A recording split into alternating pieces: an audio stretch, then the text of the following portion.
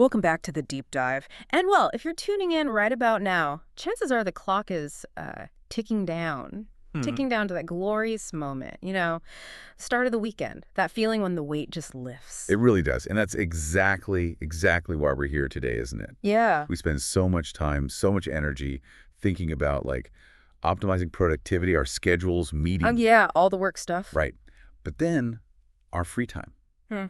our downtime, we often just let it happen, almost by accident Yeah, sometimes. it's true. It just sort of arrives. So today we're flipping that. We're going to do a deep dive into the psychology of leisure, why it actually matters, Mm-hmm. and really importantly for you listening, especially if you're around that B2, C1 level, Mm-hmm. how to talk about your hobbies in your free time in Yeah. a way that sounds natural, Yeah. compelling in English. Yeah, not just listing things, but really getting into it. And our sources today, they're a really interesting mix. We're pulling from linguistics, psychology, even some practical time management tips. Right. We're kind of synthesizing what we know about the benefits of, say, creative stuff, and also the importance of getting active, being social. So the mission today isn't just like, here's a list of hobbies. It definitely not. Yeah. It's more about maybe transforming how you think about your free time and, crucially, how you talk about it, how you express the why behind it. Moving beyond just saying, I like hiking. Exactly. Getting into the reason you hike, the feeling it gives you. Okay, let's unpack this then. But hang on, before we dive deep into the sources, we want you, listening right now, to think for a second. Yeah, do this with us. What is your favorite hobby? Like that one thing you actually make time for? Maybe even guard that time jealously. Hold that thought. Keep it in mind as we jump in. Hashtag two. The vocabulary of leisure and defining a hobby. Okay, so first things first, we probably need a proper definition, right? What actually is a hobby? Based on, what the research and our sources say. Yeah, because sometimes people use it pretty loosely. They do. But a key distinction is that a hobby is fundamentally an activity you pursue just for the sheer pleasure of it. Pure enjoyment. A real pastime. That feels important. Pure pleasure. That immediately separates it from like doing the dishes or other chores. Or even work tasks you might find vaguely interesting but still have to do. Right. It's not an obligation. It's the difference between, I don't know, filing your taxes and deciding to learn origami. Exactly. And its function, according to the sources, is kind of twofold. First, yeah, it occupies your free time. It distracts you from maybe the repetitive grind of work or daily life. Reach your mind off things. Totally. Yeah. But the second part is where it gets really interesting. It's not just distraction. It's a powerful tool for self-development. Okay, yeah, I saw this in the material. This idea of what was it? The rupture of limits. Sounds dramatic. It does sound a bit dramatic, doesn't it? But it's a great concept, the rupture of limits. It basically means the hobby acts as a kind of personal challenge. It helps you break through these limits, maybe physical, maybe intellectual, maybe creative, that you've sort of unconsciously set for yourself. Can you give an example? Sure. Like maybe you've always told yourself, oh, I can't draw, I'm useless at art. Yeah, lots of people say that. Right. So deciding to take a sketching class and actually learning some techniques, that breaks that creative limit you imposed on yourself. Or maybe you think, I could never climb that mountain. Uh-huh. Training for it, pushing yourself, and finally reaching the summit, that ruptures a physical limit. It changes your perception of what you're capable of. So it's active. It's not just passively consuming something. You're striving for something, even if it's just competence, not world-class mastery. Precisely. And there's no professional pressure. It's just for you. Which leads to this, perfect contradiction. How so? Well, a hobby can be deeply relaxing because it takes your mind off stress, off the usual worries, Right, big ape. but it's also incredibly stimulating. It wakes up parts of your brain or your body that might be kind of dormant during your normal workday. That makes sense. Relaxing and stimulating at the same time. Okay, so when we look at all the examples in the sources, they seem to fall into a few main buckets, right? Categories. Yeah, roughly 4 common ones. Yeah. It helps to think about them this way when we talk about hobbies. The first 2 are probably the most obvious. You've got indoor activities. Okay, like what? Often things you do alone. Maybe more focused on reflection or intellectual stuff, like reading, focused gaming, maybe meditation, learning something new online. Gotcha. And the second. Outdoor activities. This is huge, obviously. Everything from team sports, gardening, cycling, running, and, of course, hiking. Big favorite. Usually involves nature or physical effort, or both. Right. connecting with the outside world. What's the third category? Collecting. Now, this might sound a bit old-fashioned, like stamps or coins, and the sources do mention those classics. Yeah, my granddad collected stamps. Exactly. But they also point out how this has evolved. Collections now could be, I don't know, rare sneakers, vintage vinyl, specific digital things like NFTs. Oh, interesting. So digital collecting, too. Yeah, or even collecting experiences, like meticulously documenting travels or trying every type of coffee in your city. It's broadened out. Okay. And the last one. The one that's maybe most obviously about making something, creative activities.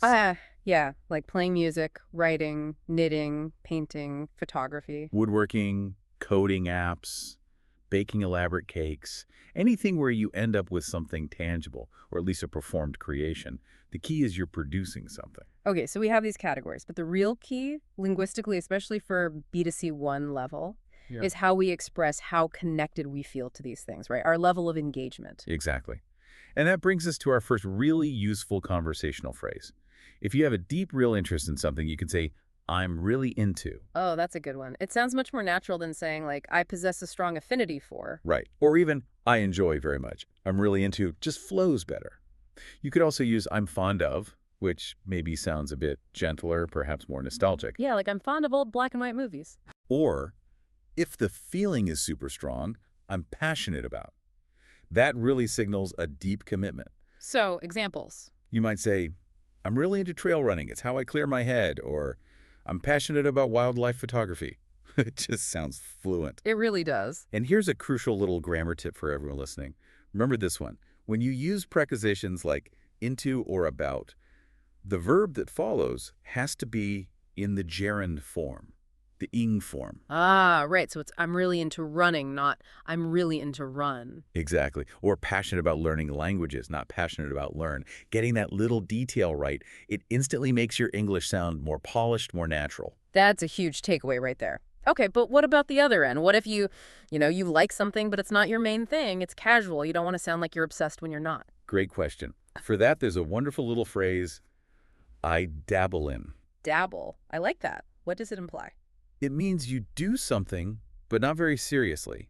Just kind of playing around with it, trying it out, casual interest. Okay, so you could contrast them. Like, I'm really into landscape painting. That's my main focus, but I only dabble in digital art now and then. Perfect example. Or, maybe I'm really into analyzing podcast source material, but I just dabble in baking sourdough. It sets expectations perfectly, shows you enjoy it, but you're not claiming to be an expert. Okay, this is useful. Let's pause here for a second then.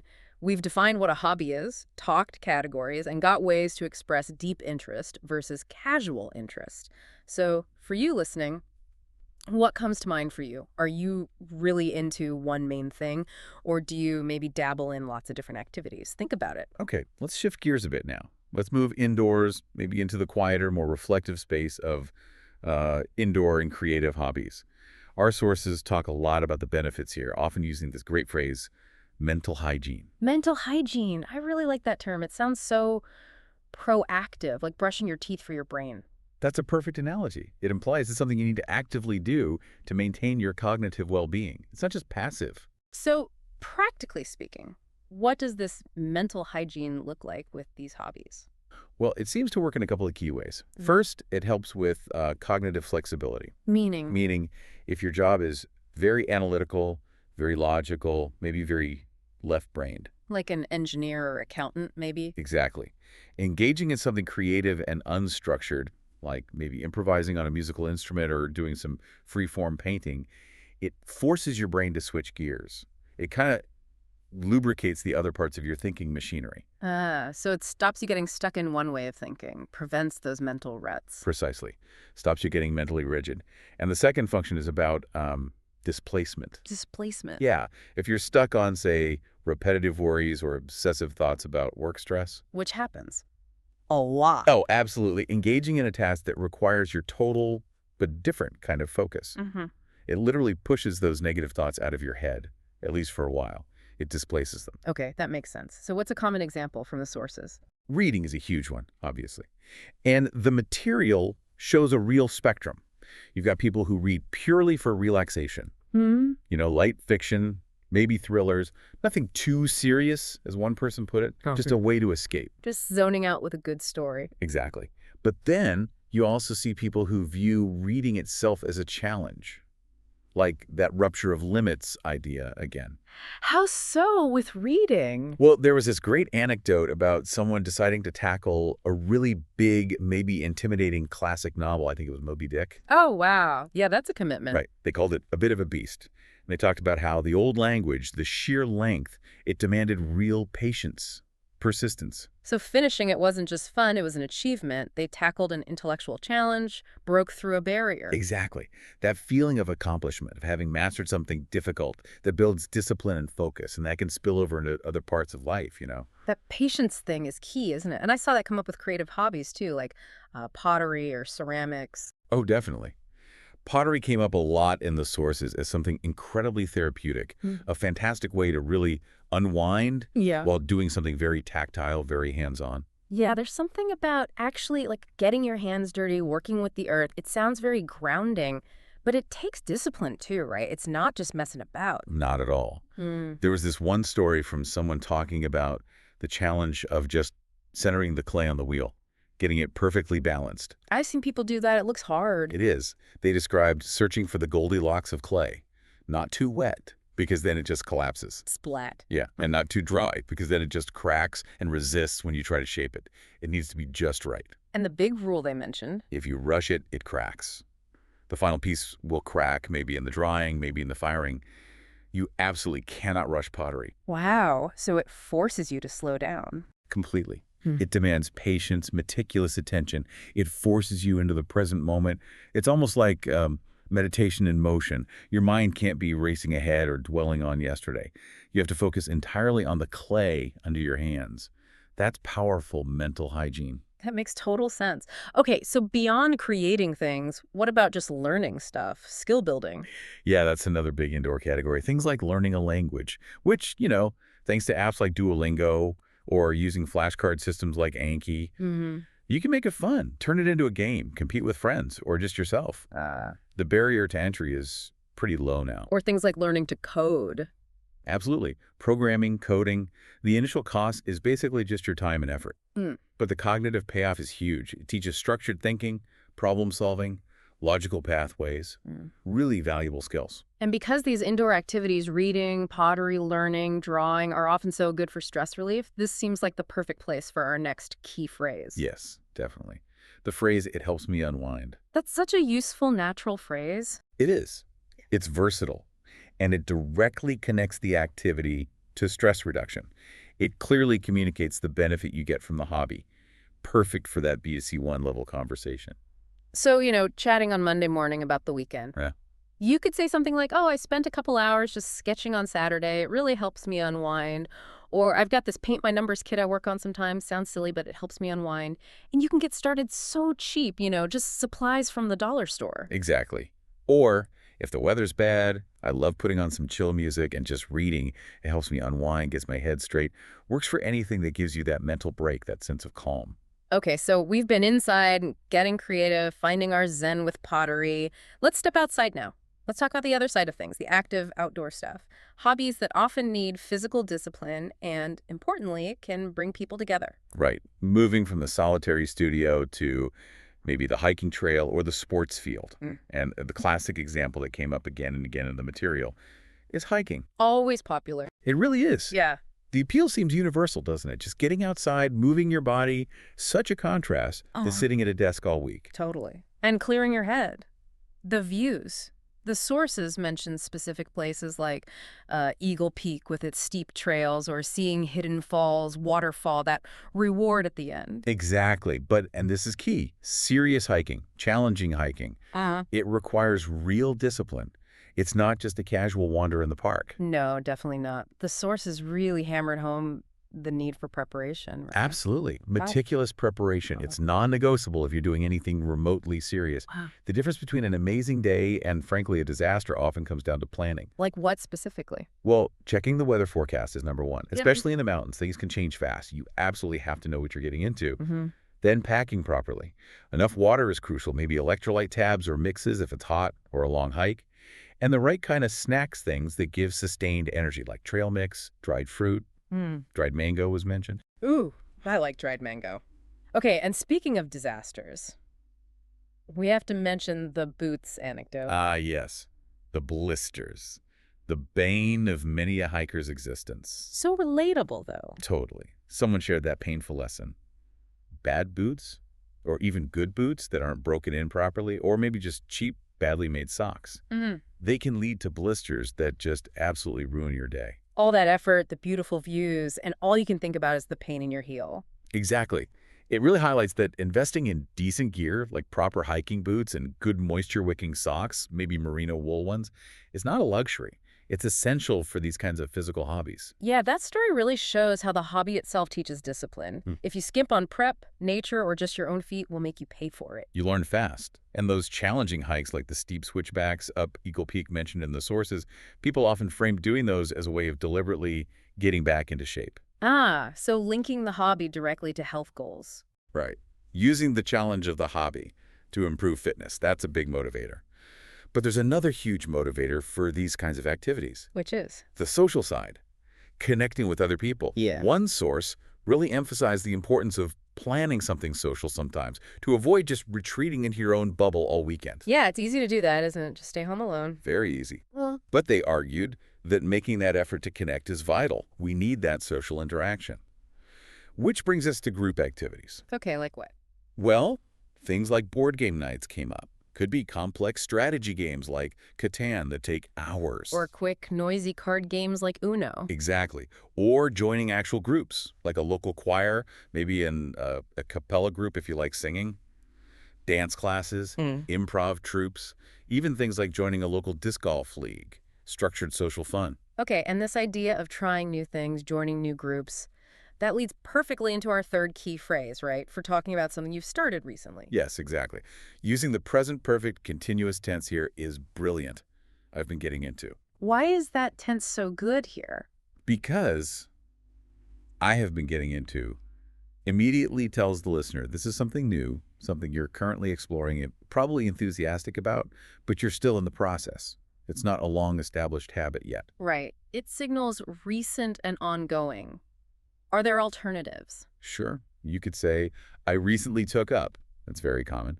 Or a bit more informal, maybe slightly more British, I decided to have a go at. Have a go at. I like that. Yeah, it's friendly. So you can say, oh, I've been getting into bouldering lately. There's a new climbing gym near me, and it's surprisingly tough. Or, actually, I recently took up volunteering at the animal shelter on Saturday mornings. That volunteering example is great because the sources specifically mention activities like that as being really beneficial for de-stressing. How so? By shifting your focus completely away from your own problems and onto helping others, whether it's people or animals, it provides perspective. It's meaningful. That's a really good point. And what about the psychology of these group activities? Did the research say anything specific? It did, yeah. There was some interesting data, particularly looking at young people involved in organized group leisure, like sports teams, clubs, that sort of thing. Okay. It found these groups are a really favorable resource for their development. It's not just about killing time or having fun, although that's part of it. So what are the developmental benefits? Participants reported really positive personal changes, things like overcoming shyness, learning to communicate better, becoming more confident. Ah, social skills development? Exactly. And also developing more autonomy, but also learning cooperation. Because when you're part of a team or a group, whether it's a band or a debate club, Right. there are rules, there are expectations, maybe practice schedules. It teaches accountability. You learn that your commitment actually matters to other people. That's huge. Learning those skills in a fun, lower stakes environment than, say, the workplace. Precisely. Takes the pressure off learning those crucial social dynamics. Okay, so we've covered being passionate. I'm really into. Dabbling, I dabble in, starting something new I've been getting into. And the stress relief, it helps me unwind. What about when you need to say you don't like something, but politely? Especially in English, you don't want to sound rude or dismissive. Yes, the art of polite disinterest, a very important skill. The phrase for this is, I'm not much of a. I'm not much of a. Okay, how does that work? It's a wonderfully diplomatic way to state a preference or decline something without being blunt or negative. It softens the no. Ah, examples. Someone asks if you want to go marathon training with them. You could say, oh, thanks, but I'm not much of a long-distance runner. I prefer shorter bursts, like HIT. Okay. Or if someone suggests going to a heavy metal concert. You could say, I'm not much of a heavy metal fan, to be honest. I tend to prefer something a bit more mellow. It's polite, it states your preference, and keeps the conversation flowing smoothly. Right, we've covered a lot about what hobbies are and how to talk about them. But now, maybe the trickiest part, the when. Actually making time for them. The sources seem to agree that a lot of us just drift. Yeah, that phrase came up, sort of drift into the weekend without a real plan. And I think many of us can relate to that. I know I can sometimes. Me too, just arrive at Friday evening and think, now what? Exactly. And that drifting, while it feels easy, is often the enemy of actually feeling refreshed. The problem is this weird psychological conflict. We want spontaneity. Yeah, we don't want weekends to feel like another scheduled work week. Exactly. We associate planning with pressure, with work. We worry maybe we won't have as much fun as we planned, or we won't be productive enough, even in our fun. So we avoid planning it. If you don't plan, you can't fail to plan. That's procrastination in disguise, isn't it? We think planning fun will kill the fun. We romanticize those amazing spontaneous moments, like stumbling into a free concert in the park that turns out to be incredible. And those spontaneous moments are great. Nobody's denying that. But relying only on spontaneity, it's just not reliable for consistently getting the rest and engagement we need.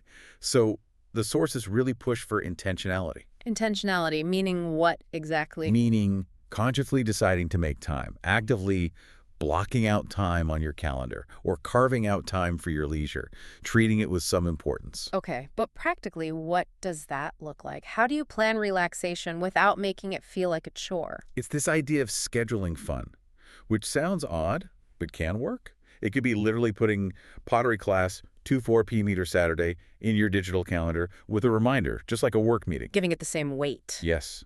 No easily skipping it. Or it could be looser, like designating Sunday afternoon as your protected quiet time.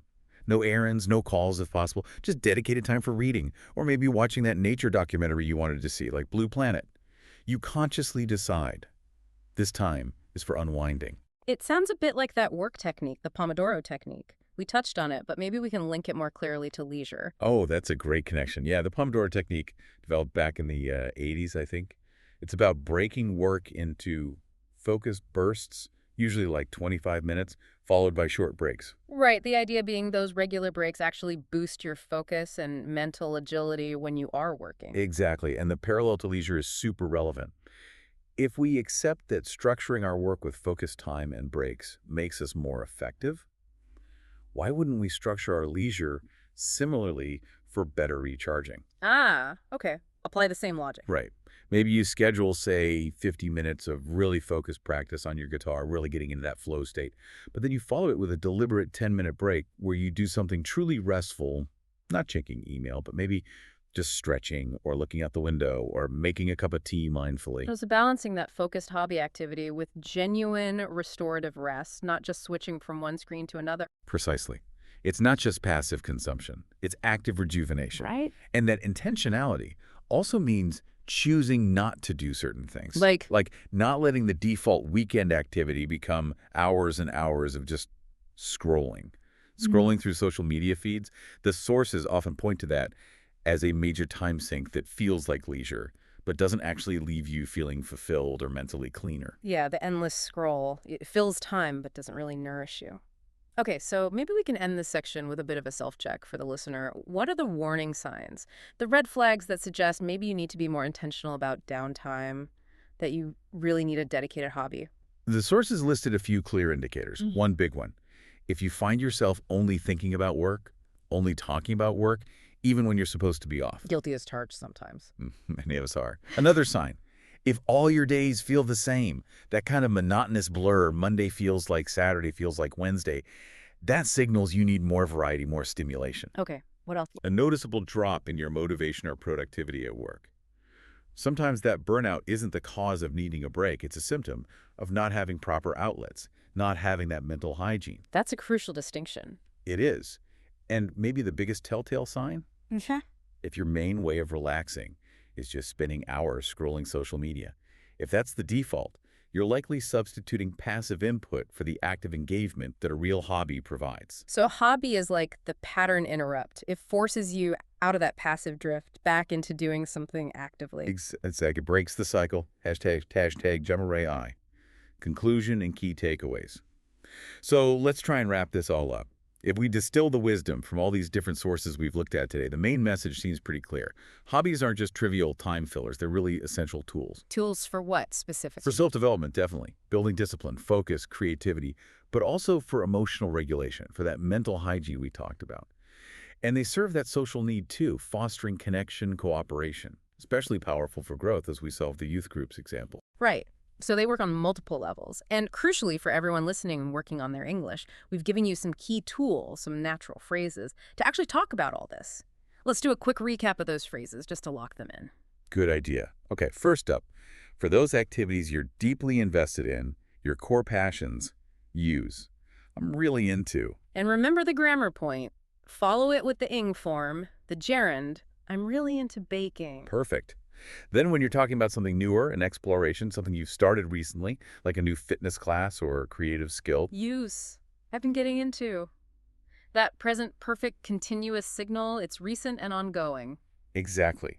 Now, for those activities you specifically use to de-stress, to calm down after a hectic week. The simple but effective phrase is, it helps me unwind. Great for talking about reading, listening to music, quiet crafting. That mental hygiene moment. Yeah. And finally, for politely expressing that something isn't really your cup of tea without being negative. Use the diplomatic. I'm not much of a horror movie fan. Great summary. So we touched on this idea earlier, that maybe what we do for work, our jobs, that determines what we have. You know, our salary, our status, our material resource. Yeah, the external stuff.